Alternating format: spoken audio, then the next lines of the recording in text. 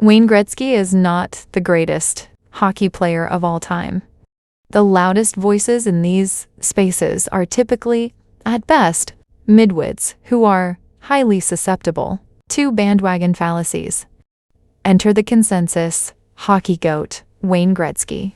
I will prove in 265 seconds that he is not hockey's greatest player, with basic facts. Like Bobby Orr, the majority of Gretzky's prime was played in an NHL that was segregated and did not feature many of the best players in the world, specifically those from the second best hockey nation on Earth at the time, the Soviet Union.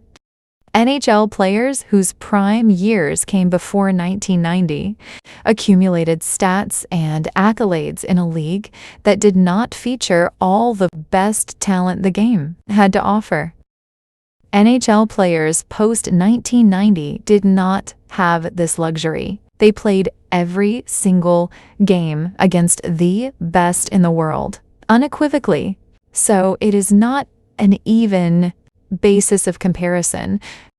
Gretzky won 9 Hart trophies and 4 Stanley Cups prior to Soviets being permitted to play in the NHL. He won 0 Hart trophies and 0 Stanley Cups in a fully integrated league. Post-Soviet inclusion. Slava Fetisov, arguably the world's best defenseman in the 80s, did not play an NHL game until the 89-90 season. Other sports put asterisks on accomplishments that occur during periods of segregation. The NHL does not recognize its own period of segregation and the players who benefited handsomely from it.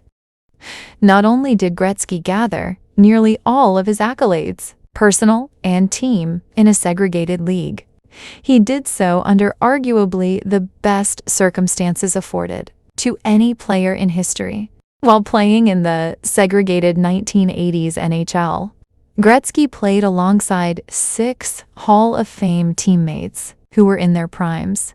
For nearly the entire 1980s, Gretzky played on a line with a Hall of Fame winger.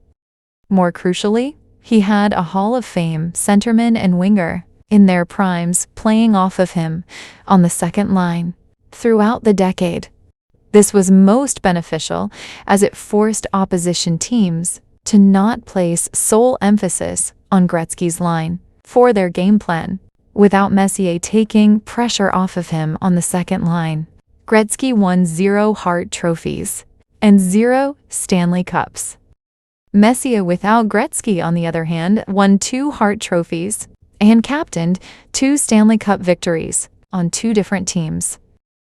And he did so in a fully integrated NHL, something Gretzky never did. This was not because Gretzky played with bums. In the second part of his career, he continued to play with multiple Hall of Fame players who were playing at all-star level caliber seasons.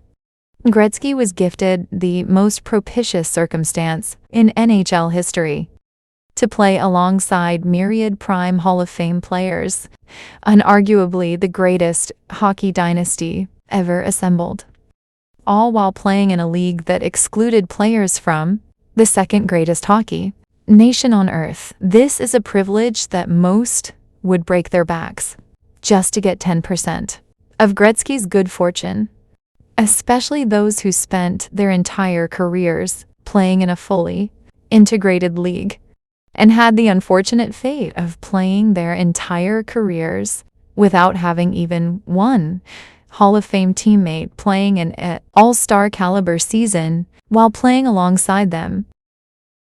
Wayne accomplished so much while playing on arguably the game's greatest dynasty in a period of NHL segregation.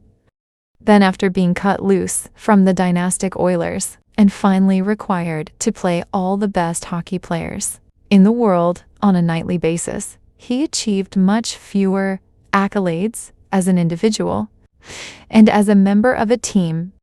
This fact alone is an automatic disqualification from the hockey GOAT conversation.